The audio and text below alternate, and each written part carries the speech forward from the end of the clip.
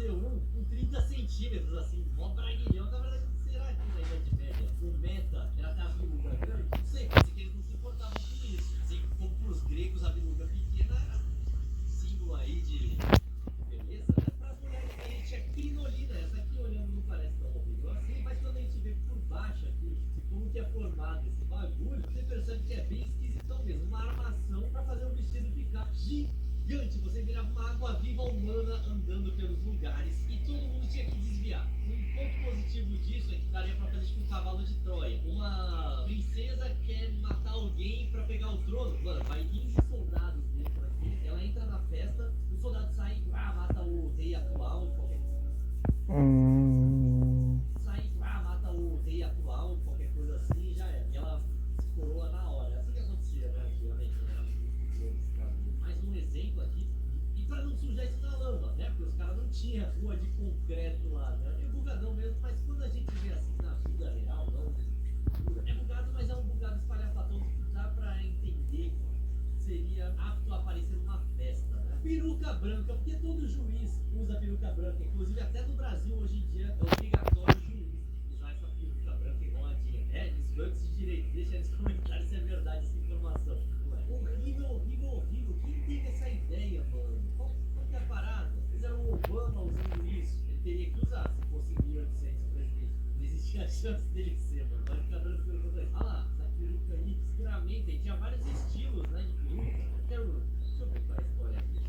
Tá falando que no século XVII, a sua linha capilar era um importante aspecto da moda, do seu estilo no geral. Ou seja, era para esconder a calvície essa peruca, né? Só que era como se fosse um chapéu. O rei Luís XIII da França, que foi quem primeiro usou, daí a galera veio atrás querendo usar junto também. E ela era branca porque tinha talco, porque ela era feita com pelo de cavalo e dava piolho na peruca. Pelo que o cara tá falando aqui, pode ser uma mentira, né? Eu vou escolher acreditar. A gente avança um pouco aí na humanidade, chegamos na Terno Zut, um terno gigante que eu, sinceramente, acho super estiloso. Parece ser aqueles mafiosos japoneses, né? Essa galera aqui do Japão, né? Usava essa roupinha meio de escola, os delinquentes juvenis. Do nada, tem um monte de adultos na escola, tá ligado? Um moleque com bigode já aqui atrás, e todos com esse mesmo cabelo, né? Certo, mas maneira essa roupa, mas quando você pega pra ver como é mesmo assim, na luz do sol, é meio ridículo demais, né? Ver roupa de cafetão 100%. Olha essa aqui também, ficou suave, grande demais. É basicamente a roupa do Máscara, né? Pensando agora, eu vi essa imagem e lembrei, é a mesma coisa. Olha lá, os caras usando, nossa, meu filho, gigantesco mesmo, bem bugado, bem bugado. Esse óculos, meu Deus. Esse óculos, meu Deus do céu, graças a Deus não virou tanto moda assim, mas ele apareceu ali um pouquinho. Ele apareceu na nossa história, esse óculos, e eu não entendi até hoje o porquê. Pra que serve ele? Será que ele tira o sol que tá batendo? Será que ele deixa um pouquinho mais escuro, melhora a vista? Qual que é a ideia? Ele tá falando que essas barras não dão proteção UV. Barra. É mesmo? E a mesma pessoa que usava isso aqui, ó. Crocs também. Pô, já foi mega moda esse negócio. Hoje em dia você não vê mais a galera ousando sair de casa com Crocs, graças a Deus.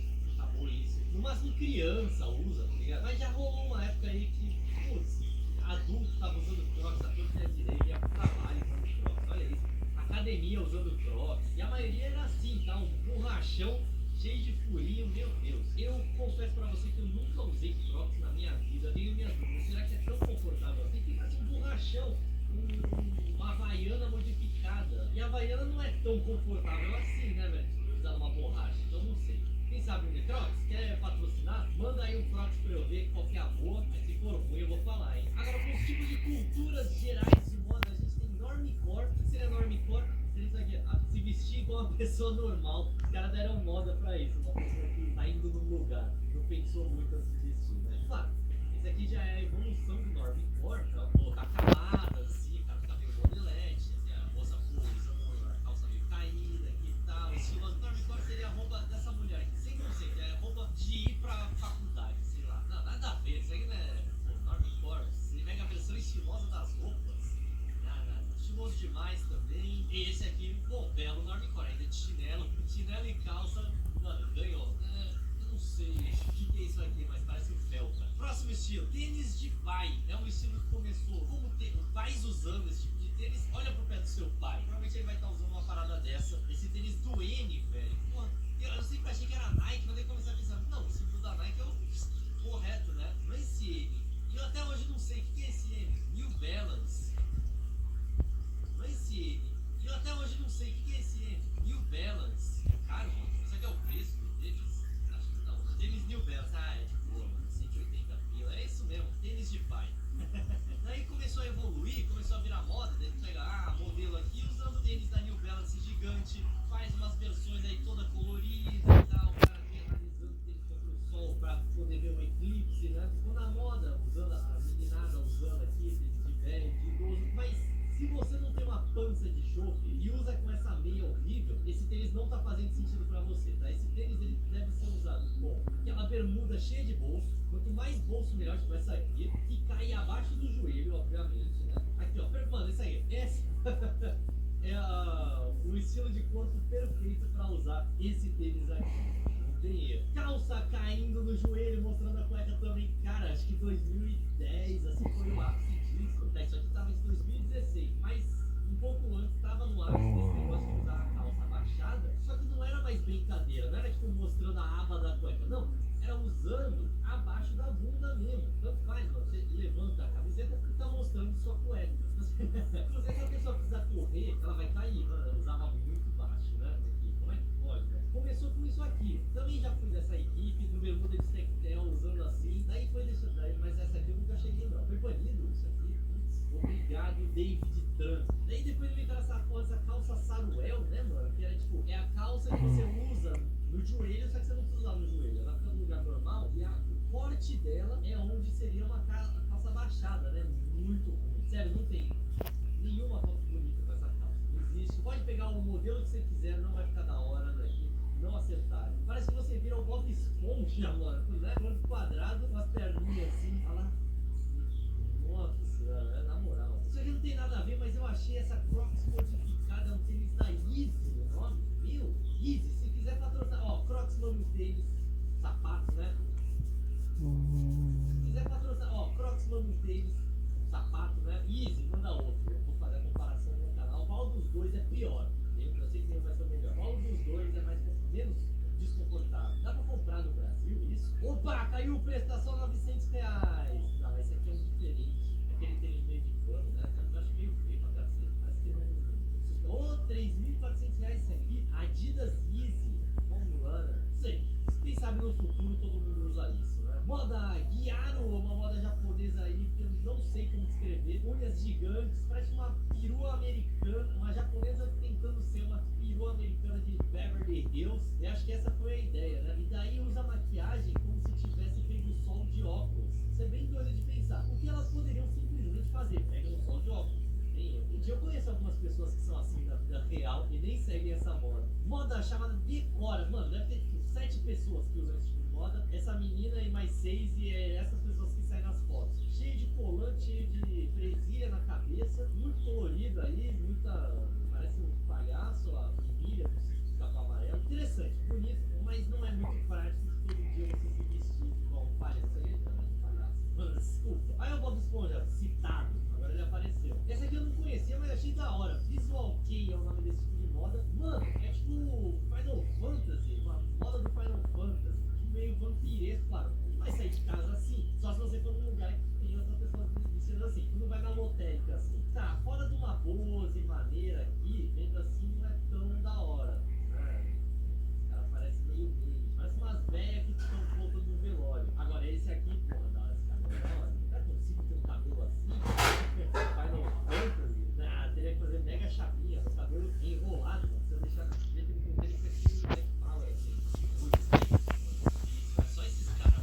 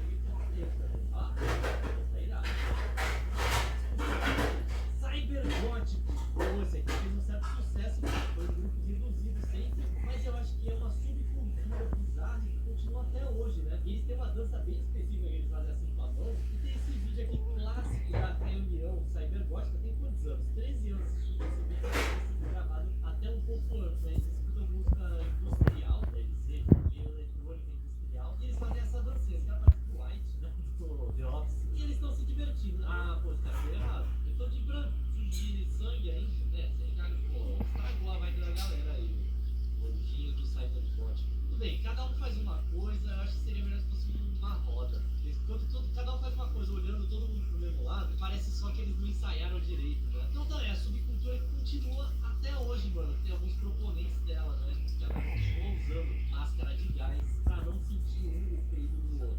Foi o que eu ouvi dizer, tá? Agora tem o Hell gótico de academia. Puta, esse estilo eu não conhecia, mas é muito bom, velho. Só roupa preta, só roupa de marcas de esporte. Ah, esse a galera não vai pra academia, claramente. Mas esse aqui eu consigo entender. Gótico de academia. Já vi umas pessoas assim, tá. Too much pra ir na academia. Bom estilo também, bom estilo.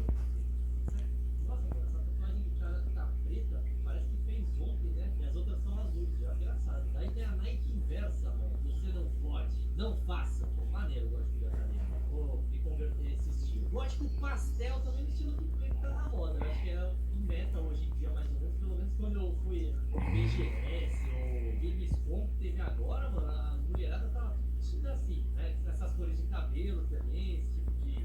Essas cores de roupa no geral. Eu acho que esse é o meta hoje em dia aí da cabelo também, esse tipo de. Essas cores de roupa no geral. Eu acho que esse é o meta hoje em dia aí da meninada, né, de 15 anos. Pop Nick, eu não sabia que tinha nome esse estilo, mas tem que ter o estilo usar a roupa inteira da Adidas. Você tem que ter os braços aqui do braço e na perna, tá? E tem que fazer essa pose aí. Se não fizer a pose, você tá errado. Pra finalizar, não sei se é um estilo isso, mas tem muitos desses caras metidos empreendedor que usam um terno extremamente apertado. Parece que vai explodir. Isso é uma coisa da modernidade, né? Pra falar de uma subcultura do empreendedorismo aí, eu não sei porque que os caras fazem isso em si mesmo. Daí não consegue se mexer, prende a circulação e fica feio pra cacete. Desculpa, né? Parece que você comprou o terno do tamanho errado. Mas enfim, por isso vai ficando por aqui. Espero que tenha gostado e até mais.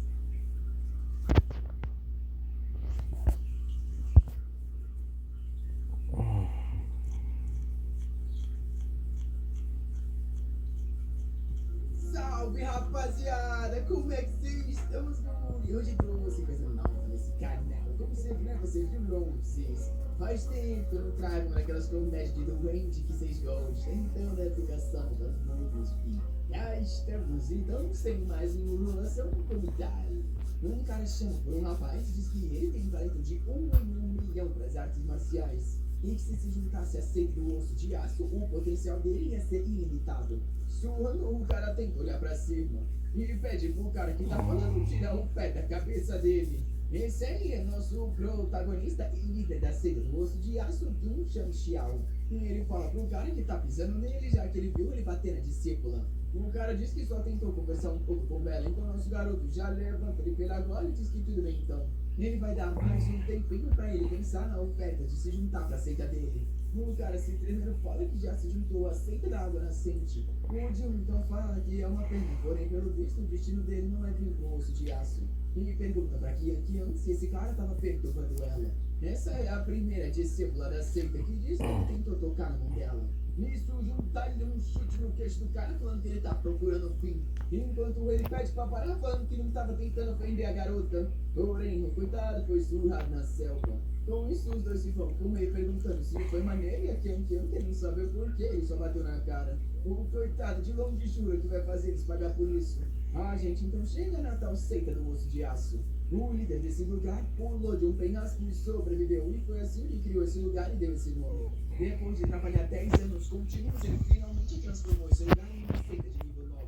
Porém, foi mandado para a prisão por fazer bagunça na casa das primas. E ao tentar escapar, foi executado. E foi assim que o nosso Jun se tornou o líder desse lugar incrível. Ele assumiu o controle desse corpo quando o dono foi esmagado pela placa na entrada. E o coitado nem acreditava que ia ter que assumir o lugar de alguém tão idiota. Mas nada disso ia acabar com a determinação dele. Assim como o pessoal das outras histórias, ele tem certeza que vai receber um sistema e se tornar um gênio. Nessa hora, o sistema aparece. Ele fica confuso se perguntando se realmente vai ser tão fácil assim. A lendária janelinha surge. O nosso garoto pensa que até a interface apareceu com força. Porém, o que aparece são informações da seita, falando que aquele é um lugar de nível 1 ou um membro e a contribuição de 0. A tarefa dele era, em um período de 100 anos, transformar essa seita falida em a maior seita do mundo inteiro com 100 mil discípulos. Ele fica pensando que para uma primeira missão não parece muito fácil. Ainda mais considerando que ele é fraco pra caramba, o lugar tá falido e só tem um membro. Ele chega à conclusão que deve estar imaginando nenhum sistema não daria nenhuma recompensa em uma missão impossível. Deve ser feito no corpo que morreu sendo esmagado. Nisso, uma notificação vem falando pra ele abrir o primeiro presente. Aí ele já fica sorrindo, falando que sabia que receber alguma coisa era impossível algo assim ser feito. E na mão dele surge um anel espacial. Ele fica confuso que tamanho de dedo é esse pra aquilo ali ser um anel. O nome do nosso garoto significa alguém que sorri bastante. Porém, vai ser difícil fazer isso considerando que ele recebeu uma missão basicamente impossível. Normalmente as pessoas recebem pontos de poder e habilidade, então porque tudo que ele recebeu foi esse anel gigantesco. E por mais que não parecesse, tinha uma escrita dizendo que realmente era um anel. Já que era algo espacial, ele decidiu chegar para ver se tinha alguma coisa ali dentro. Um monte de efeito especial aconteceu e já imaginou que ia ter algumas riquezas. Porém, ao entrar lá tinha um pedaço de bloco. Ele se perguntou por que aquilo parecia inútil. O que ele estava esperando é uma arma lendária, um tipo de guardião ou algo que ia mudar a vida dele. Porém, nessa hora ele escuta uma batida de coração vindo do bloco. E já tem certeza que ali dentro tem algum tipo de gênio marcial que vai ensinar tudo pra ele. É óbvio que algo guardado dentro de algo tão raro não ia ser inútil. Porém, uma estranha escrita então aparece. O tempo da explosão daquilo é de 99 anos e 23 horas. E a bomba só seria desarmada se ele fizesse a missão principal. Ele tá com o negócio longe querendo saber por que o artefato que ele recebeu na verdade é uma bomba. E estranhamente desce 1 hora quando é atacado. Ele viu que aquele negócio é inútil, o tempo não tá nem contando direito. O sistema avisa que aquilo ali tem alma e consciência, então se ele irritar, o tempo vai baixar mais rápido. Um coitado então faz uma oraçãozinha pra ver se recupera a hora. Ele pede desculpas pra pedra e diz pro sistema que quer voltar pra casa, porque essa reencarnação tava um lixo. Porém, o sistema fala que não tem volta e se ele não completar a missão, vai ser explodido pra sempre. Até que finalmente ele ganha o primeiro item, que é um sabre do desastre. O negócio cai no meio das pernas do coitado. E o sistema diz que pelo menos é bom pra ele fazer um bom uso daquilo. Ele decide dar uma olhada em algumas informações para ver se entende como vai fazer isso. As coisas que ele não tem ideia ainda é que negócio é esse de construção da seita e valor de contribuição. Um sistema dá uma lista de tarefas, desde construir um lugar para refino de medicina até uma torre de bestas. E quando ele chegasse no nível 5 ou superior, poderia ver mais. Ele pergunta como ele vai fazer essas coisas e o sistema diz que ele vai precisar de mais discípulos e para aumentar a contribuição tem que colocar tesouros valiosos nesse lugar. Como se ele poderia comprar tesouros? E aí ele fica interessado. E ele pergunta como consegue abrir essa loja e o sistema diz que ele vai precisar de um ponto. E ele já quer saber como consegue. O sistema diz que ele vai precisar de mais discípulos. E ele já entende que tudo depende dos discípulos dele, já que ele vai precisar de pontos de construção e de tesouro. E ele decide que a tarefa daqui pra frente vai ser recrutar mais pessoas. Com isso ele põe a mão na massa. Faz uma placa de recrutamento e diz que com a beleza que tem, em 3 dias vai ter pelo menos uns 100. Porém, 1 mês e meio se passa, o coitado tá lá abandonado. E ele fica se perguntando como é possível que não tenha aparecido uma única pessoa. Até que alguém chama por ele. A Kian aparece e diz que quer se juntar à seita. Na hora ele puxa o miojo, corre na cara dela dizendo que ela é linda e que o chefe tá disposto a aceitar. Ela diz que se ele é o chefe, ela não tá mais disposta a se juntar. Nosso garoto diz pra não desistir assim não, aquele lugar tem muito potencial. Ele começa a tentar inventar um monte de ladainha, falando que trabalhou duro pra chegar na posição que ele tem e que é novo, mas vai desenvolver esse lugar. Ele não teve que insistir tanto assim que ela aceitou o que ele acha suspeito, mas tá tudo bem, já fez o que ele queria. Com isso aceita chegar, o nível de contribuição sobe pra 1. Agora ele poderia dar uma olhada na loja do sistema. Ele já estava ansioso para ver as técnicas secretas que tornariam ele invencível. Porém, o que ele recebe é um pack de novo jogador com um valor de 1 pontinho. Ele já se vira chorando, dizendo que devia saber que nem acertou um passo assim conseguir coisa boa. O sistema pergunta se ele quer dar uma olhada no pack, ele diz que é óbvio que sim. Ele recebe 2 itens que ajudam ele a fugir e um outro que faz ele tomar menos dano. Claramente, a vida dele não vai ser fácil. Então abre o anel espacial e dá uma olhada nos itens. Pergunta pro sistema que negócio aquele lá de experiência e o sistema diz que é só quebrar que ele fica um pouco mais forte. Na mesma hora ele já quebra o item, falando que a hora dele chegou. Com isso o poder dele começa a aumentar. E ele diz que agora sente o caminho da imortalidade. Porém o sistema diz para ele acordar pra vida. O lugar que ele se encontra agora é abaixo do mínimo normal. Eu pergunto o que é esse tal selo de abertura do poder. E o sistema fala que é para desbloquear o sapo do desastre. Ele pergunta que droga de arma de nível 1 é essa que precisa ser desbloqueada. Porém, ao menos ele conseguiu uma informação importante. O sistema falou sobre uma cidade próxima onde ele poderia conseguir outros discípulos. Foi quando, de repente, algo veio girando no ar.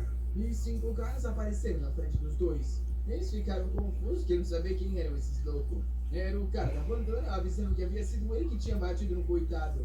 Infelizmente, os dois nem lembravam quem que era esse cara. Quem perguntou e nosso garoto falou que acho que é aquele cara que ele tinha pisado em cima. O cara da banana disse que ele era ousado de bater em alguém da seita da nascente e perguntou qual era o nome dele. Nosso garoto falou que ele era o Jun, o dono da seita do Monstro de Aço. Todo mundo reconhece essa seita como a do antigo dono que tinha sido pego na casa das primas e depois morreu por tentar escapar da cadeia. O Jun grita para eles pararem de deformar a seita deles assim. Porém, o cara quer saber como o dono de uma seita que não vale nada e quer fazer mal pro discípulo dele. Nosso garoto confiante fala pra quem dar um passo pra trás que ele vai acabar com todo mundo. Ela só diz pra ele se lembrar que antes de morrer, ela teria que passar a posição pra ele. Ele fica confuso porque o único discípulo quer roubar a posição dele. Porém, confiante, ela tira o poder que recebeu. E com isso, uma hora de chamas começa a sair do garoto. E os caras perguntam se esse não é o líder mais forte que eles já viram, já que o cara tá no nível 3. Todos começam a rir, falando que já virá aprendiz mais forte que esse líder. Aí os caras ativam as horas dele, falando que vão economizar tempo e acabar com ele logo. Que eu não nota que os outros arrastou ele pelo campo todo, perguntando se ele não estava entendendo a situação. Os aprendizes ao lado não conseguiam nem reagir a isso. E o sistema dá a missão pra ele de lidar com esses 4 caras. E no chão o chefe pergunta como é possível ninguém com 3 pontos de energia ser tão forte assim. Nosso garoto diz que é óbvio, é porque ele é um líder de seita. E na hora os aprendizes do cara se jogam, falando que não vão deixar isso de graça. Porém o Jun revela que o círculo em volta do braço dele, que é o nível que ele chegou ao quebrar aquele selo. E os trouxa notam que na verdade ele tinha escondido o poder, como se ele facilmente acaba com os caras. Todo mundo cai no chão e ele chama quem pra ir. Ou eles também saem pra cidade. Mas no caminho ela diz que ele deveria ter matado eles para evitar problemas futuros. Nosso garoto pergunta por que eles seriam tão cruéis assim. E ela responde que no continente da Terra Estrelada não se pode mostrar piedade aos inimigos. Se ele não sabe além disso, não era qualificado a ser o líder de uma seita. Nosso garoto se lembra que as leis ali são bem diferentes da Terra. É um lugar onde não se pode ser piedoso. Porém, o sistema dá uma missão secundária. Ele deveria educar Ken sobre as crenças dele e proteger a dignidade como líder da seita. Nosso garoto fica se perguntando por que ele passaria por algo assim. Mas aí entende que ele tem que mostrar a autoridade dele como líder dessa seita. Então fala que compreende que eles não podem ser gentis com os inimigos. Porém, ela tinha que se lembrar que eles eram artistas marciais que buscavam a verdade e pureza. E eles não têm por que fazer mal para quem não representa nenhuma ameaça, já que isso só mancharia a reputação deles. O sistema parabeniza pela lição e ele ganhou um pontinho. Confiante que o vento bateu nas costas na hora perfeita para ele ficar bem estiloso enquanto falava. Aqui é porque ele disse que entendeu que o mestre não pode fazer isso, mas ela vai finalizar eles então. Nosso rapaz diz que ela tem que ser uma mulher um pouco mais calma, porque ela só falava sobre lutar e matar. Na hora ela aponta a espada pra ele e pergunta por que uma mulher não poderia só se preocupar com luta e morte. Ela obedeceria a ele por ser o líder, mas era bom ele não menosprezar ela. Nosso rapaz fica assustado com a reação agressiva, já tendo certeza que ela passou por muita coisa. Ele então dá uma olhadinha no sistema. Por ter batido nos caras e ter dado a lição de moral, ele já tem 10 pontinhos. Enquanto eles andam, ela se pergunta o que o idiota tá fazendo. Nosso garoto tá a fim de comprar algo. O problema é que tudo aquilo tá muito caro. Até que ele acha uma pílula de cura de 1 ponto. Porém, ele decide pra deixar pra comprar isso quando ele estiver morrendo. De repente, aqui é um que para e avisa que tem alguém observando eles. Os arbustos à frente tá tudo se mexendo. E nosso rapaz já imagina que vai ser uma criatura destruidora. Avisa pra quem que esse caminho parece ruim, talvez eles deveriam mudar de rota. Porém, ela diz que tá sentindo que não é uma criatura assustadora. Ela aponta e diz que, na verdade, era um humano todo arrebentado. O Jun chega perto e diz que os ferimentos pareciam sérios. Uma respiração estava falhando e ele sabia que o cara estava prestes a morrer. Pelo visto, ele tinha enfrentado uma criatura e acabou perdendo. Ela diz que entendeu e perguntou quando eles iam sair dali. Nosso garoto questionou se ela não estava nem um pouco pensando em salvar o coitado. Ela pergunta por que ele está querendo salvar ele se não é um cultivador de medicinas. Claramente não tem o que fazer. Ele começa a materializar a pílula, falando que ele pode não saber como criar. Porém, ele tinha uma dessas e por isso bastou um pontinho. Ele não esperava ter que usar isso tão cedo, mas está ansioso para ver o efeito. E com isso ele dá a pílula pro cara. A Ken fala que qualquer medicina comum não vai curar os ferimentos internos que ele tem. Porém, nessa hora ela escuta uma tosse. O cara já tá se levantando e nosso garoto pergunta o que ela acha disso. Ela fica confusa, como alguém que estava prestes a morrer foi ressuscitado assim que tomou essa tal pílula. Talvez esse mestre dela fosse mais misterioso do que ela imaginava. Enquanto o maldito estava só pensando como que daria pra ficar rico vendendo isso. Ele já manda o sistema abrir a loja que ele vai querer comprar mais um monte. Considerando que no mundo marcial o pessoal se machuca toda hora, ele ia virar um rei. Com esse dinheiro ele ia comprar um monte de discípulo e assim a seita ia ficar gigante. Porém, ele só podia comprar uma por mês. Na hora o sonho de ficar rico foi destruído. É aí que ele nota, cadê o cara que ele havia curado? Ela fala que ele saiu sem falar nada. E nosso rapaz pergunta como é que alguém pode ser tão ingrato assim. Ele gastou um pouco de contribuição e um item que só vai voltar em um mês. A Kian fala que sugere que ele seja uma pessoa um pouco mais cruel, já que não vai ganhar nada sem alguém bom na terra deles. Nosso garoto, coitado, tava pensando em salvar o cara, porém fugiu assim. Ele começa a notar que nesse lugar não existem leis e as restrições morais da terra não se aplicam ali. Ele vai ter que se acostumar com essa terra estrelada e seguir as regras desse mundo. Basicamente, viver na lei da selva. Ali ele pode ter 50 mulheres e ser o mais rico do mundo, desde que ele seja tremendamente forte. O sistema estranhamente o parabeniza por entender como esse lugar funciona e ele ganha 10 pontos de contribuição. Ele não sabia que tinha esse tipo de missão secreta. E o sistema explica que tem missão principal, secundária e secreta. E por último, existe algo chamado missão épica, mas ele é meio fraco para saber sobre isso. Nosso garoto queria uma dessas, já sabendo que a recompensa das boas. E o sistema avisa que quando ele chegar no nível certo, essas missões vão ser liberadas. Ele pergunta quando isso vai acontecer e o sistema diz que essa informação não passa. E como mora, já que ao menos ganhou 10 pontos, vai servir para comprar alguma coisa na loja. Essa hora alguém dá uma espadada na cara dele. É aqui que avisa que eles chegaram na cidade de Kingang. Nosso rapaz dá uma olhadinha. Ele nota que as muralhas lá são altas pra caramba. Vendo isso, ele jura que um dia a seta do osso de aço vai ser mais magnífico do que essa cidade. E os caras ao lado perguntam por que um discípulo idiota dessa seita falida tá ali. Nosso garoto avisa que não é um discípulo. Ele é o líder da seita do osso de aço. Todo mundo fica em silêncio. E depois começa a rir na cara dele, falando que isso é ridículo. Não só é idiota uma seita como essa ainda existir, como ele ter coragem de atender a um encontro de recrutamento. Outros falam que conseguem sentir dele no máximo o poder de alguém que despertou 3 níveis. E como se nós portando esculachados de todos os lados. Ele não imaginava que ia ser tão difícil carregar o número desse lugar. Porque que ele veio para um mundo onde não só ele recebeu um sistema que não ajuda muito, como ainda uma forma negativa. A Kian tá falando com ele. E ele se vira, falando que ao menos pode contar com ela. Porém, ela só diz que entende que ele está se sentindo extremamente envergonhado pela reputação. Ele fica desolado que essa discípula não pega leve nas palavras. Porém, se levanta e fala que já ouviu coisa muito pior e não seria apta na crítica dos outros. Tava na hora deles irem logo pra área de recrutamento. No caminho, ela pergunta como ele aguenta ser humilhado assim. E ele se pergunta como essa maldita sabe o que ele tá pensando.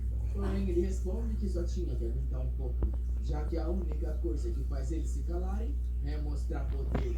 Até agora ele tinha completado missões dadas pelo sistema. Porém, agora ele finalmente ia fazer o ataque inicial. A dominação da Terra Estrelada ia começar. Enquanto isso, em uma outra barraca por ali, um garoto fala pro mestre que esse ano eles vão recrutar muitos jovens de alta qualidade. Porém, um ao lado diz que eles são uma seita de nível único, então é bom eles esquecerem sobre levar os garotos talentosos. Nesse ano, a seita da lâmina branca ia levar todos os discípulos de primeiro ranking. Os dois começam a xingar um ao outro, querendo ver quem é que vai levar os bons. Até que alguém passa andando no meio dos dois. Taca um guarda-chuva no chão e diz que essa barra barata não era tão ruim assim. O cara do sabre pergunta quem ele pensa que é para ficar ao lado da seita dele. E o ao lado avisa que é o líder da seita do osso de aço, que é a vergonha de todas as seitas. O cara do sabre então diz que vai ser gentil e dá a chance dele mudar para aquele lugar. Nosso garoto responde que todas as seitas são membros da aliança, então eles podem se manter em harmonia. Porém, o velho do outro lado diz que antigamente ele levaria isso em consideração. Porém, é uma desgraça ter uma seita como ele ao lado da barraca. O John diz que a barraca dele ia ficar ali, eles querendo ou não. E nenhum careca daquele lugar ia parar com os planos dele. Eles dizem que por mais que ele não seja careca, ele não tem nenhum membro. E na hora manda que eles sejam retirados dali. Nosso garoto se levanta e diz que é uma boa chance de conseguir uma propaganda pra seita. Porém, nessa hora alguém grita que o Nick da família ali estava chegando. Na hora, um dos velhos diz que não tá nem aí pro Jun e vai fazer o que é mais importante. Nosso garoto pensa que esse nome até que é familiar. E os outros ao lado comentam que, como descendente da família ali, esse cara tem um talento incrível. Um talento nesse mundo é definido pela raiz espiritual. É isso que ele tem o máximo de poder que alguém consegue ter na vida. Em um lugar pequeno como nessa cidade, uma raiz média já é algo muito raro. Enquanto nosso rapaz tem uma raiz inferior. Ele sabe que esse tal de Nick Young é um talento que só se vê uma vez nessa geração. E ele vai ter que enganar o cara de alguma forma e fazer ele se juntar à seita.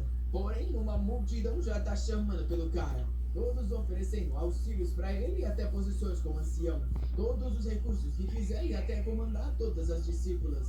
Ele tá lá só parado, gostando de todo mundo rimando ele. E nessa hora, o rapaz pergunta se a Kian não conhece aquele cara. Ela diz que é aquele que estava caído na árvore e machucado que ele salvou. Ele vê que o garoto e diz que isso é interessante. Nessa hora, um velho se aproxima e chama pelo Kingan, perguntando se ele quer se juntar à seita da montanha do Nishan. Todo mundo sabe que essa é uma seita de nível 5 da cidade de Kingan. Considerando quão talentoso é o garoto, com certeza é uma ótima opção. Nosso rapaz tenta fingir que isso não representa nada pra ele, porém tá desolado que tem gente tão forte nesse lugar. Porém, nessa hora alguém se aproxima. É o garoto King Yang que pergunta se o cara ali é o líder da seita do osso de aço. Todo mundo fica confuso querendo saber porque ele foi até aquele lixo. E o Jun diz que sim, ele é o líder da incrível seita do sangue de aço. Os carecas se perguntam se estão alucinando ao ver aquilo. Por que que o gênio da cidade de King Yang tava se curvando para aquele lixo? Que já tá todo animado ao ver isso. O King Yang pede perdão por não ter agradecido na hora que ele salvou. Nosso garoto diz que era uma criança e fala que aquilo não foi nada. Puxa ele pelo braço e diz que se não fosse ele agradecendo agora, ele nem ia se lembrar disso. Aquele que sabe que o maldito falou que ia usar isso como desculpa. E na hora o cara pede para que ele fale um pouco mais da seita dele. Nosso rapaz então recebe uma missão secundária. Já ficando todo animado e até dando um tapa para esconder o sorrisinho. Ele queria que contar a gloriosa história da seita do osso de aço e fazer o cara se juntar. Porém, o Jun queria saber desde quando eles tinham uma gloriosa história. E na hora os três velhos falaram que aquele lugar não era digno dele. A maior contribuição deles foi que o antigo dono ajudou a parar com a distribuição de produtos explícitos. O Jun diz que é bom ele não falar assim do glorioso osso de aço. É só que as pessoas comuns não sabiam. E de fato a seita dele era muito mais antiga e com uma longa história. O King Yang pede para saber mais e os caras querem saber porque o garoto parece interessado. Nisso, nosso rapaz pergunta se ele conhece sobre o Mar Leste. O King Yang diz que ouviu falar que é um mar interminável cheio de criaturas marinhas assustadoras. O Jun então fala que no fim desse mar existe o estado de Aulai. Lá tem duas montanhas divinas, a da flor e a do osso de aço. Nosso rapaz vai adaptar uma história já existente, já que ninguém conhece nada ali. E ele fala que a seita do osso de aço nasceu dessa montanha. O primeiro ancião da seita era conhecido como São Wukong e também o chamavam de Rei Macaco. O pessoal em volta diz que essa história parece bem realista. Será que era verdade? Porém, o velho grita que não faz sentido. O Mar Leste era extremamente perigoso e nem mesmo os imperadores marciais tinham coragem de ir naquilo. Além de que ele nunca ouviu falar sobre esse tal estado Aulai e essa montanha. O Jun diz então que ele vai ter que falar que o velho não conhece nada sobre a Terra Estrelada. O velho começa a xingar, falando que tá ali há muito mais tempo que ele, e diz então pra ele contar a história desse tal de São Wukong. O Jun então fala que o mestre do Wukong pegou o poder da natureza depois de ter sido incubado por mais de 1000 anos. Ele então fugiu para as montanhas Fang Liu e foi lá que ele praticou. Tudo isso obviamente é a história que ele tá roubando. O velho diz que não faz sentido ele ter incubado poder por tanto tempo, já que os humanos são feitos de carne e osso. O John diz que pelo visto o velho sabe menos do que ele imaginava. Ele não entende sobre a evolução de todas as criaturas. O velho responde que tudo que ele vem falando não faz sentido algum. Porém, o King Yang só fala que não imaginava que eles tinham uma história tão rica como essa. Porém, por mais que essa seita tenha um passado como esse, qual é a vantagem de se juntar a ela no presente? O velhinho fica emocionado. Essa foi a pergunta perfeita. Mesmo que eles tenham uma história, agora essa seita não vale nada.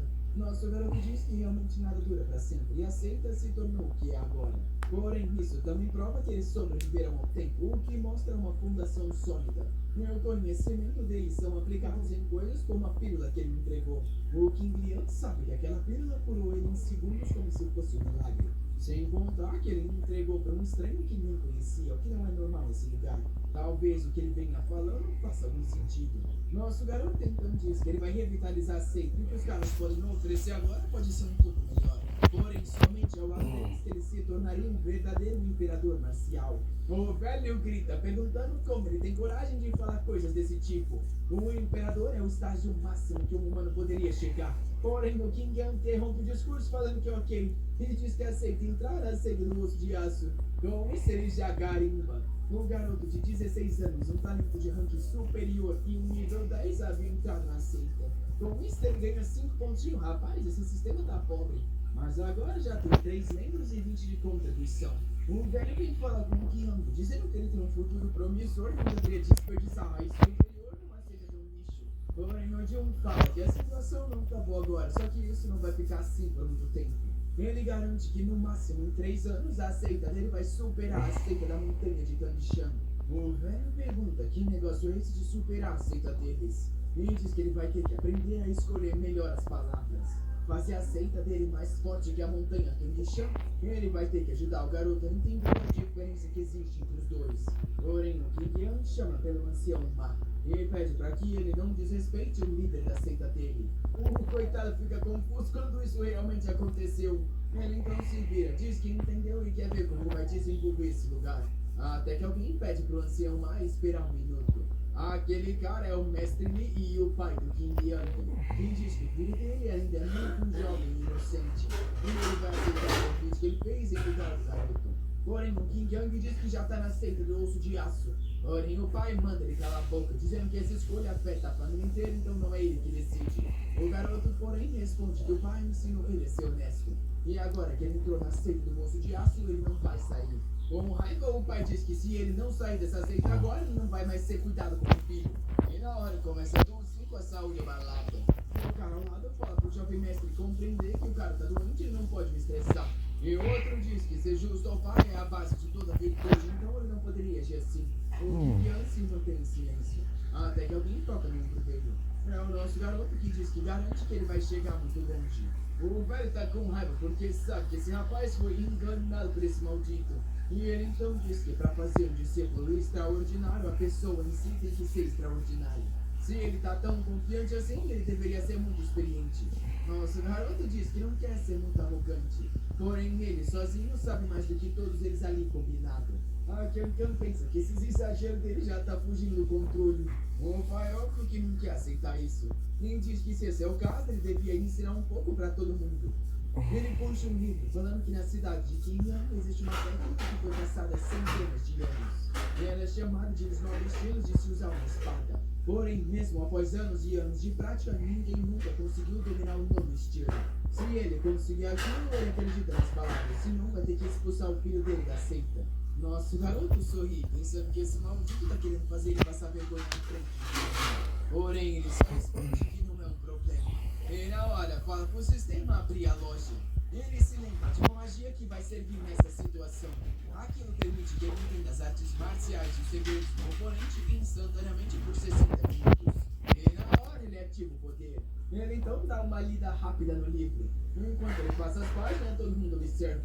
O pessoal se pergunta o que ele tá aprendendo se tá passando pelas páginas tão rápido assim. Nosso garoto decide inventar o que qualquer e fala que aquilo é meditação política. E com isso, pum, fecha o livro. Ele então fala pra Kankan dar uma espada pra ele. Assim que ele pega, ele já saca um relâmpago. Faz um corte que exala uma aura. O velho fica assustado com a pressão no ar que aquilo criou. O garoto tinha masterizado o primeiro estilo e só levou 1 minuto. Ele deu mais um corte que era tipo do segundo estilo. O velho ficou assustado, já que ele já estava no segundo que demorou 5 dias pra ele. Com isso, ele deu o terceiro corte. E os velhinhos teve até que se esquivar pra não morrer. O Jun então diz que tá muito devagar. E pula nos céus, mandando um corte pra baixo que é o 8º estilo. Os caras tá assustados que ele realmente aprendeu tão rápido assim. Porém, vendo que ele parou, o velho pergunta se ele não aprendeu o 9º. Nosso garoto continua concentrando a aura. E atrás do Kankan nota. Aquilo era o reino da espada. Todo mundo começou a especular um monte de coisa se perguntando como aquilo é possível. Até que um velho mandou todos calarem a boca. Aquela era uma chance rara na vida de qualquer pessoa, então eles não deveriam o atrapalhar. Nosso garoto respondeu que ele não era ruim. E se esse é o caso, ele queria que ele o ajudasse a testar o poder que ele tem, já que ele achava que o velho é o único que ia sobreviver ao ataque dele. Com isso, da espada saiu uma aura, e uma explosão foi lançada na direção dele. Rapaz, o corte foi igual uma barbatana passando no mar na direção do velhinho, que teve que se defender antes de poder responder. Ele notou que o poder daquilo realmente era impressionante. Ele, porém, conseguiu rasgar o ataque no meio, o que provava que o garoto era um aprendiz. E o pior de tudo é que estava no 5º nível de poder. O pai perguntou se aquele lá era o verdadeiro novo estilo. Ele falou que aquilo não era mais fraco do que uma arte marcial comum. Mas isso é porque o nosso garoto é fraco e não porque a técnica é ruim. Ele se vira pro Jun e fala que realmente é incrível que ele masterizou aquilo com 2 minutos. O mestre Jun tinha conquistado a admiração dele. Enquanto tipo, os carinha estavam com as lojas todas bagaçadas. O velho então diz que tem uma certa técnica que ele vem praticando que demora anos pra aprender. E ele tava esperando que ele pudesse o guiar. Os caras querem saber como um ancião de nível 5 da montanha que o bichão tá pedindo ajuda assim. Aquele cara era um verdadeiro mestre das artes. Porque ele tava querendo um conselho de um mestre de uma seita nível 9. Nosso garoto, pra se aproveitar do efeito do item, diz que ele pode humildemente tentar algo assim. E com isso o cara começa a passar os conhecimentos. Segundo o seguinte, ele já tá agradecendo, falando que essa explicação deu um conhecimento novo. E nosso rapaz fala que se ele praticar isso por 2 meses, vai chegar no próximo nível. Na hora o velho sai correndo falando que tem coisa pra cuidar. O outro cara também pede conselhos. E na hora veio um monte de gente até querendo pagar pra receber dicas. Nosso garoto ainda tem 57 minutos no poder dele. Talvez ele possa ficar ajudando os outros. Ou talvez ele também possa cobrar por cada uma das consultas e ganhar dinheiro pra caramba. Com isso os caras tá tudo desesperado falando que vai pagar. Já muda pouquinho ele entregando uma ficha de número 38 pra um dos caras. E o pessoal tá tudo desolado e vai ter que esperar tanto tempo assim. Ele pensa em cortar a fila, mas um corte arranca o cabelo dele. E aqui não avisa que é bom ele não ter esse tipo de ideia. Nisso, mais um cara entrega o dinheiro pro nosso garoto e agradece. E ele tá todo feliz, não só tá aprendendo as técnicas das pessoas, como ainda tá conseguindo lucrar. Até que o próximo vem. É o pai do Kim Young que diz que tem um problema e queria receber ajuda. Nosso garoto diz que sim, porém ele vai cobrar 1.000. Com raiva ele pergunta por que tem que pagar 10 vezes o preço de todo mundo já que cedeu o filho. Nosso garoto diz então que já que ele é o pai do Kim Young, ele só vai cobrar uma moeda. Esse é um benefício especial dos parentes dos discípulos. Na hora, todo mundo da fila tem a mesma ideia. E começa a pegar os filhos para atacar pro nosso garoto falando que eles querem se juntar à seita dele. Nosso garoto sorri, chama pela Kim Young e Kim Young e fala que agora sim o recrutamento havia oficialmente começado. Um tempinho se passou e nosso rapaz estava carimbando um monte de folha. Óbvio que diferente do Kim Young, um monte de gente que ele aceitou era bem mais comum e sem tanto talento. Só que tava tudo bem, a seita já tava chegando em quase 100 membros. E o louco da cabeça achou que conseguir os 100.000 que ele precisava não ia ser tão difícil assim. Finalmente chegou no 100º. Porém, aí o sistema falou que ele havia chegado na verdade em um limite de membros e se ele aceitasse outro, ele seria punido. Aí que ele notou que não era uma missão, e sim um limite. O mais importante, na verdade, eram as conquistas da seita e ele queria saber como fazia isso. O sistema então explicou que ele teria que mandar o pessoal uma missão e quando eles conseguissem conquistas o suficiente, o limite aumentaria. Ele fica acabado, o coitado se esforçou tudo pela coisa errada. Até que alguém se aproxima e pergunta se ele é um general. Diz que ouviu que ele bateu em um discípulo da seita da água nascente e questiona se ele realmente acha que vai sair livre disso. O pessoal reconhece como Wei Wenwu, o ancião da seita da nascente. No ano passado aconteceu algo parecido com um cara que havia batido num membro da seita nascente, apanhou e perdeu tudo. Nosso garoto pergunta por que não e por que todo mundo tem medo dessa seita sendo que ela é de nível 9. Ele explica que é porque os anciões de lá são muito livres, e por isso que o pessoal tem ele é bom se ajoelhar e pedir desculpa. E a primeira missão da seita chega. Ele teria que ensinar uma lição pra esse cara. Nosso garoto então fala que considerando que eles provocaram a discípula dele, a punição dele isso que ele estava fazendo ali era ingratidão e injustiça. O cara pergunta se ele estava procurando pela morte e chama ele pra plataforma de duelo. O que ninguém fala pra notar que ele já tá no nível 12. E na arena de duelo era uma luta até a morte, então a chance dele sair vivo era bem pequena. Porém, estranhamente, o John tá confiante e diz que isso salva ele de bastante problema. A cena já muda pro meio da arena. Todo mundo achou incrível que o líder aceitou. O Kyung pergunta se o chefe é tão forte assim, já que aceitou esse desafio.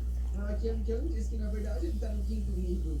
E aí o garoto já pergunta se ele deixou algumas últimas palavras.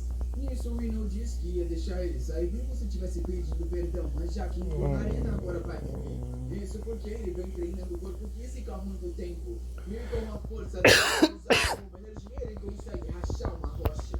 Nosso garoto pergunta quando ele vai parar de falar sobre tudo que tem. E o cara diz que agora então ele já pula para um soco. Rapaz, ele vem com força para acabar com o Jun. O ataque dele pega em cheio no peito. Porém, nosso garoto nem sai do lugar. O menino até treme a mão. E o Jun pergunta se ele já havia começado. O cara então fala sobre o Mestre Fan, que é o maior forjador daquela região. Ele gastou a vida inteira criando tesouros inimagináveis. E aquela lâmina que ele adquiriu é tão preciosa quanto a dele. Hoje é a primeira vez que ela é mostrada na frente das outras pessoas. Nosso garoto vê uns quebradinhos na ponta, pergunta se aquilo ali não tá meio acabado. Um cara disse que um tesouro 100% pro mestre era caro demais, por isso que ele teve que pegar um com algumas falhas. Porém, ele talha um corte que racha o chão inteiro. Me avisa que com aquela lâmina ele facilmente mata alguém e fala pro Jun sacar dele. Nosso garoto tá todo sorridente e vai no sistema. Diz pro cara sacar um pouco que ele ainda tava escolhendo. Com isso ele puxa uma da loja. Uma espada fria de um Jun que custa 10 pontos de contribuição. O Inu diz que agora que ele sacou ele vai pra cima. E usa uma técnica do corte do deserto. O Jun ignora e diz que a espada do sistema é bem impressionante. Ele queria ver o quão poderosa ela é. E com isso usa a técnica dos 9 estilos que ele havia aprendido. O corte da lâmina dele facilmente para a técnica do deserto. Novo volume social Snack. Um pancadão de sabor. E na hora a lâmina do Jun cai no chão. O cortado tinha perdido da fita. Nosso garoto se pegou muito exagerando de peso. Porém, considerando as leis desse mundo, talvez isso tenha sido apropriado. Ele pula da arena, pensando que já que o cara quis ir contra ele, esse é o preço que pagou. Nosso garoto chama os dois pra ir de volta pra seita. Os velhos estão impressionados que ele realmente havia derrotado o cara. Porém, repercussões fortíssimas viriam da seita da água nascente. Na frente da cidade, nosso garoto para. Avisa pro King que quando ele for pra seita, não vai mais ver os pais, então deveria passar os últimos 10 dias junto com eles. Porém, o garoto responde que o pai voltou pra praticar, então se ele voltar, só vai encontrar ele em isolamento. Nosso garoto fala que nesse caso, então, eles vão pra seita fazer o quê? Porém, nessa hora, o King diz que tem impedido o presunçoso. Ele queria trazer a amada dele pra seita. Nosso garoto pergunta se é homem ou mulher, e o cara diz que é óbvio que é mulher. Porém, era uma garota simples de uma família pobre. Na hora, o Jun entende tudo e pergunta se essa foi a razão por ele ter entrado no osso de aço. O garoto responde que sim, ele sabe que a Ken Shuan não quer aceitar algo desse tipo. O Jun fala que por enquanto eles estão precisando de gente para ajudar na limpeza. Porém, como é que é possível um moleque de 16 anos já tá apaixonado a esse ponto? Ainda mais considerando que o líder dele é solteiro, será que ele não pensa no sofrimento que nosso garoto vai passar? Mas tudo bem, ele fala para trazer essa mulher. Porém, ele então encontra uma carta. Parece que ela pensou que ia atrapalhar o futuro dele se estivesse por perto e foi embora. O nosso garoto cruel diz que se ela realmente era pobre e fraca, talvez fosse melhor. O coitado fica até em silêncio. O Kingham pergunta então se ela não é adequada para ele, porém o Jun diz que ele não acha isso, é o que os outros vão pensar. E na hora o garoto fica motivado, falando que quando ele for um mestre forte, ele vai até o fim do mundo para encontrar ela de novo. E o Jun responde que se esse é o caso, ele ajuda o garoto a se tornar essa tal pessoa forte. O rapaz fica todo emocionado, até chegar já à frente da seita destruída. E perguntar se estava tarde demais para ele querer voltar para a cidade. Nosso garoto diz que não tem com o que se preocupar, eles ganharam bastante dinheiro e vão arrumar tudo. Até que ele vê que tem um moleque mijando na seita dele e manda ele sair dali. O garoto sai correndo, falando que vai chamar a mãe. Nosso rapaz diz que quase matou essa criança. Porém, ele se acalma. Diz que não pode brigar com uma criança tão nova assim e fala pra eles entrarem. Não antes de tomar uma placada na cabeça de novo. Aí ele saca a espada e fala que essa seita é um lixo mesmo, ele vai cortar ele em pedaços. A cena já nunca foi falando sobre a missão daquela seita. Era honrado a tarefa de ter a ciência de arrumar as madeiras e consertar as janelas do local. E ele deixaria isso do incrível cérebro que era extremamente confiável. E ele falou que estava com dor de cabeça e ia voltar pro quarto e saiu correndo. Os dois só ficaram pensando que o garoto assumiu que a seita dele é uma desgraça.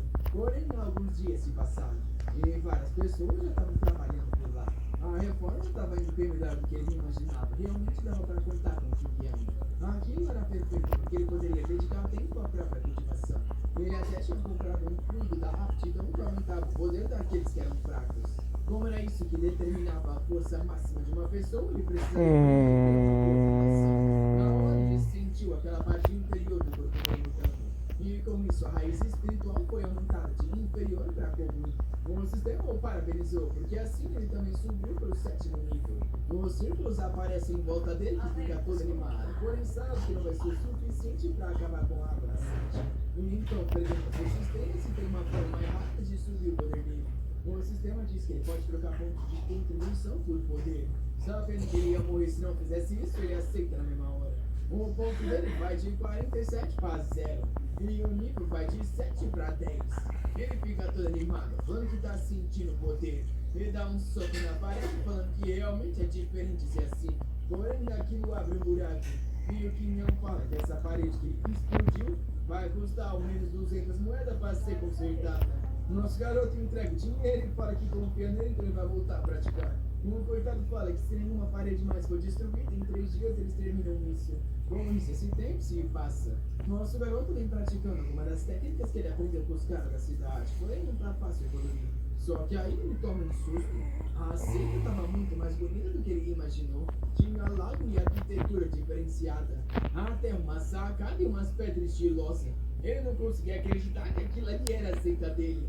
O que não pergunta se ele está satisfeito com as renovações. Nosso garoto diz que sim, ele até achou que tinha mudado de mundo. O garoto sorri e diz que vai levar ele para a área de treino. E também gostaria de mostrar para ele o preço de tudo aquilo. Tudo que sobrou para o nosso garoto foi umas 200 moedas. Ele pergunta se realmente não restou nada para a seita inteira. Ele fala que sim, ainda tem construção acontecendo, então eles estão devendo uns 4.000. Nosso garoto pergunta desde quando ele está devendo para o sistema e para as pessoas. Porém, os primeiros discípulos que ele havia contratado aquele dia começam a chegar. Nosso garoto nota que não tem tanta gente quanto ele havia chamado e pergunta o que aconteceu. O cara na frente explica que outros vivem em áreas mais remotas e estão mandando por alguns dias. Enquanto isso, tem alguém se aproximando. O cara tá acabado na porta pedindo por socorro. O pessoal não tá pessoa na porta. E o coitado até tropeça na madeira. Ele quase cai de cara, mas os dois o salvam. O que o Yang nota é que é estranho que nosso garoto tenha chegado mais rápido que ele. O garoto então fala que eles estavam vindo em um grupo de 30 pessoas, mas foram sequestrados por bandidos. O Jun diz que entendeu e fala pra ele entrar e descansar. Enquanto pergunta quem que é esse ousado que fez isso. Na mensagem fala pra ele preparar o dinheiro e ir pra Montanha Negra, senão todo mundo vai ser morto. Rapaz, com raiva, ele diz que quem tá cansado de viver pelo visto são esses caras. Cena seguinte já tá saindo da seita. O Kengan grita, falando que na Montanha Negra tem mais de 200 bandidos e o líder deles é extremamente forte. Se ele fosse assim, ao menos ele deveria acompanhar. Porém, o Jun só fala pra ele ficar ali e cuidar da seita, que aquilo era uma ordem. Ele não podia deixar os bandidos desse mundo achar que faziam o que quiser contra ele. A cena muda pra montanha. Os caras estão parados no meio de uma escada. Até que um deles fala pra dar uma olhada. Parecia que tinha um lobo querendo subir aquela montanha. O cara fala pra ele entregar tudo que ele tem ou ele vai ter que procurar. Avisando que se ele tiver que procurar, porém ele não vai sair em pedaços. Porém o Jun só quer saber se o chefe tá no forte. E você vai perguntando do que ele tá falando. Porém, num segundo ele já passa desconectando a cabeça de um. E o cara se tremendo diz que sim, ele tá lá em cima. E nosso garoto então manda avisar que o líder da seita do osso de aço tinha chego. A cena muda pra entrada da base. Vários bandidos estão se preparando. Vários caras cercam o Jun e dizem que o líder mandou não matar ele para que eles possam ter uma luta justa. Ele nota que essa base é toda cercada por montanhas. Não é à toa que as pessoas têm dificuldade em lutar com esses caras. Com isso, o portão se abre. E ao entrar, eles vão os caras tomando chicotada. Um outro com sangue no crânio. E um monte de gente num trono observando ele. Nosso rapaz já sabe que aqueles caras na frente são as elites daquele lugar. Cada um deles deveria ao menos estar no nível 10. E o cara no trono com certeza já era um aprendiz qualificado de artes marciais. O cara diz que está honrado com a presença dele porque ela traz glória àquele lugar. E nosso garoto vendo que o cara tem 10 vezes o poder dele, pensa que talvez ele não devesse ter ido sozinho.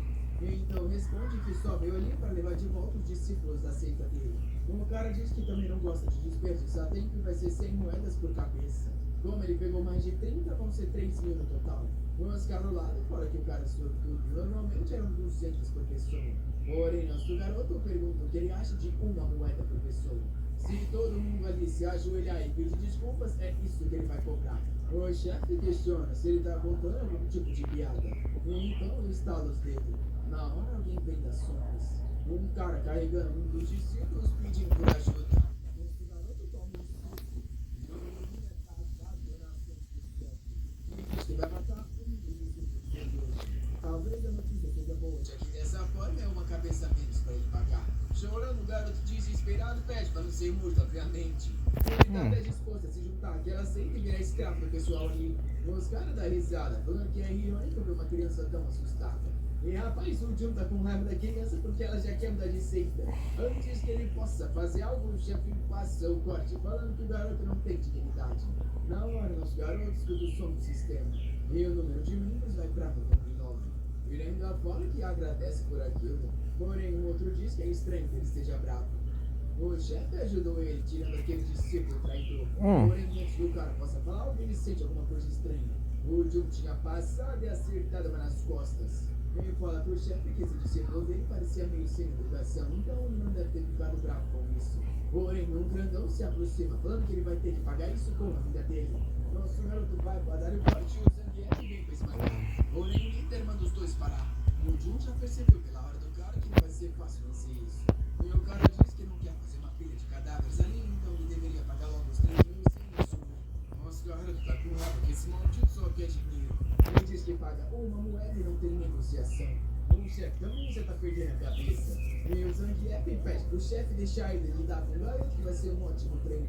O chefe diz que é uma boa ideia, porém fala pra ter cuidado que o garoto é rápido.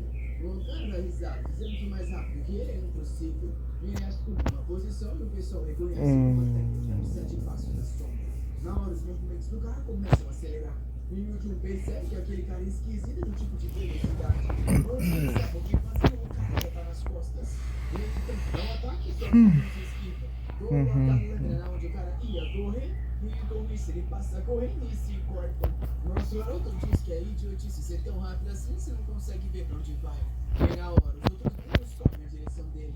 Nosso garoto pergunta se eles desistiram de ir um de cada vez. Todo mundo bate no chão e ele se esquiva por pouco, avisando que pelo visto vai ter que usar o trunfo dele. Já vai no sistema e puxa ela. Monta o sabre do desastre. Porém, ele não imaginava que essa desgraça era tão pequena assim quando ele viu no sistema. Os caras perguntam por que ele tinha trazido um palito de dente pra treta. O chefe diz que tá cansado de brincar e manda logo vasculhar o corpo dele. Nosso garoto sabe que esses anciões estão no nível 12, então não vai ser fácil. É aí que ele usa aquele despertar do selo pra liberar o sabre.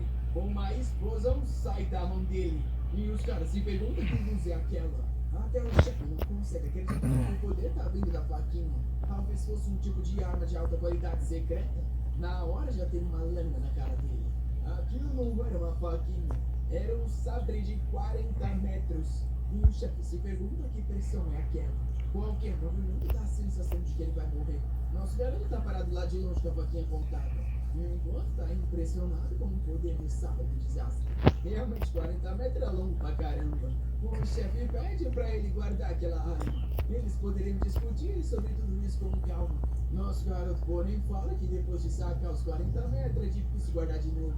E com isso faz o movimento. Rapaz, a lâmina vai igual um chicote e acaba com os anciões ao lado dele. O chefe não acredita que mais 2 foram mortos instantaneamente.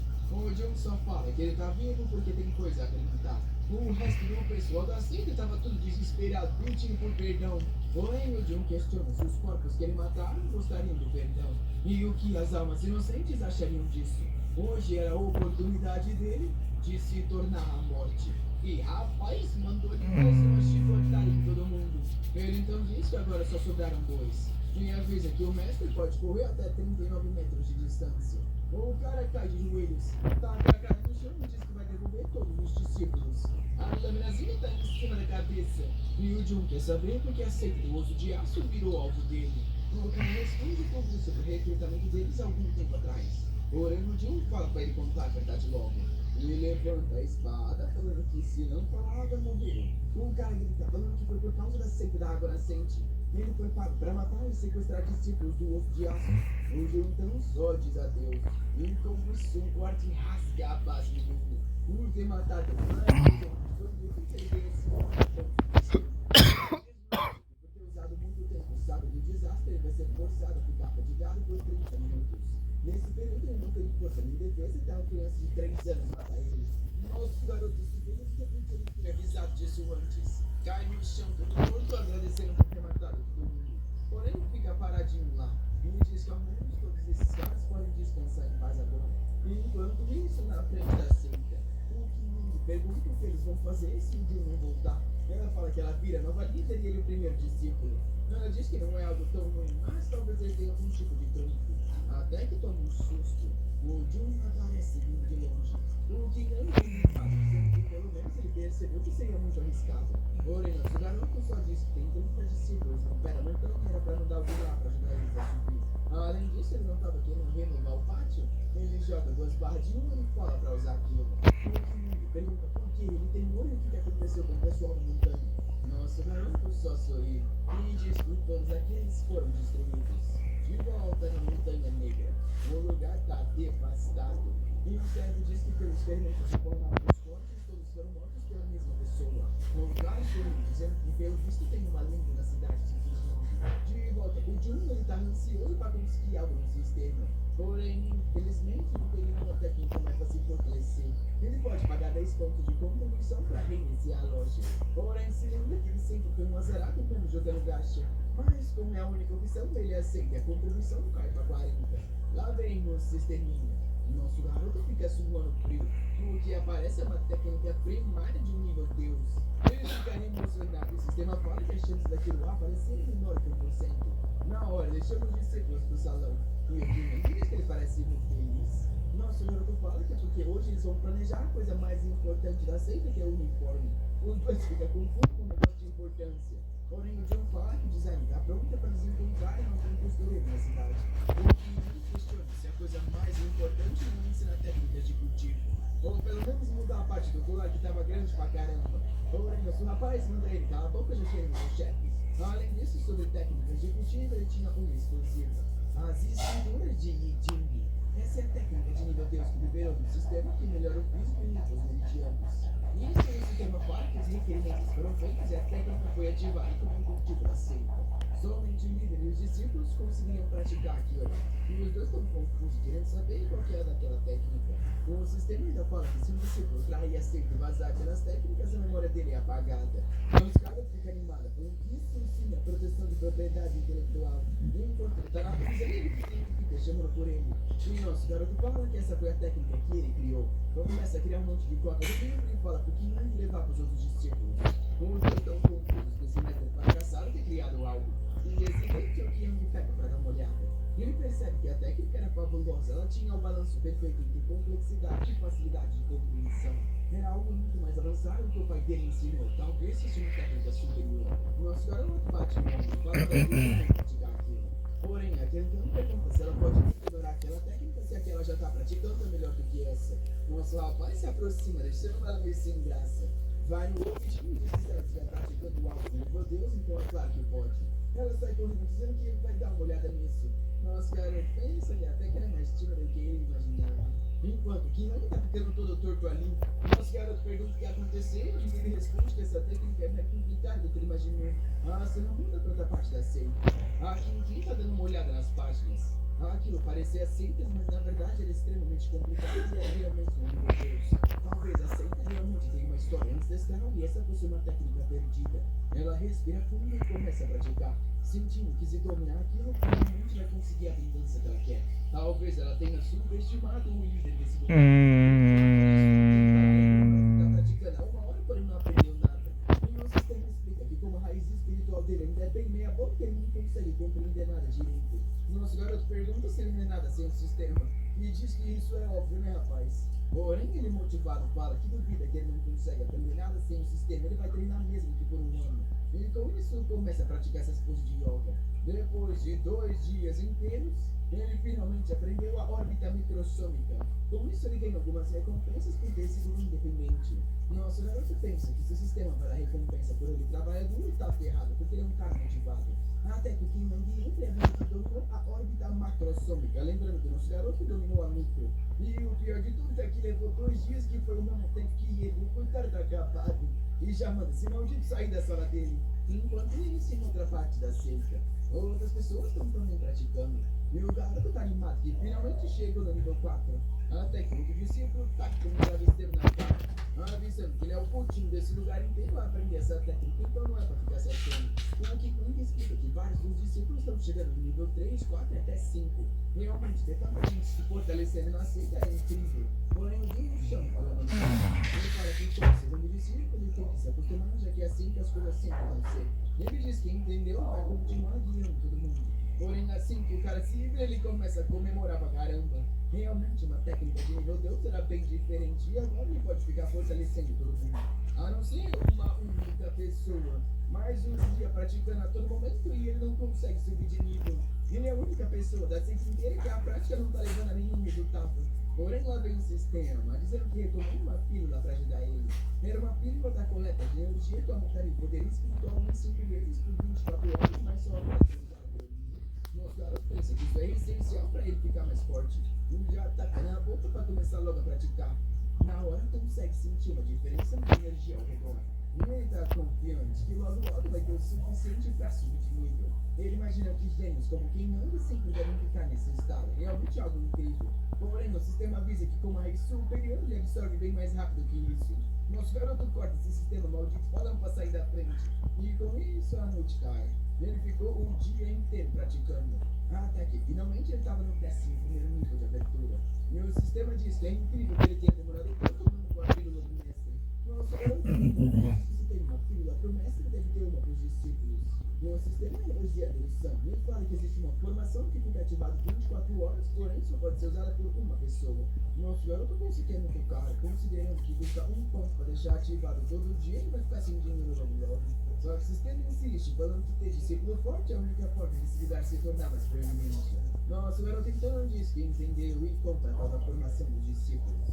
Com isso, a contribuição da seita cai para frente e ele recebe um jarro cheio de bandeirinha. Nas instruções vem escrito que ele tem que apertar um botão por 3 segundos. Quando de repente tinha visto um cabo de força, mas era de fonte de computador.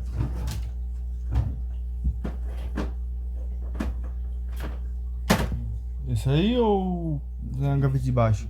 Não é esse. Você precisa de um adaptador de tomada, né? Aqui em cima, ó. Vai. Aqui em cima do cofre.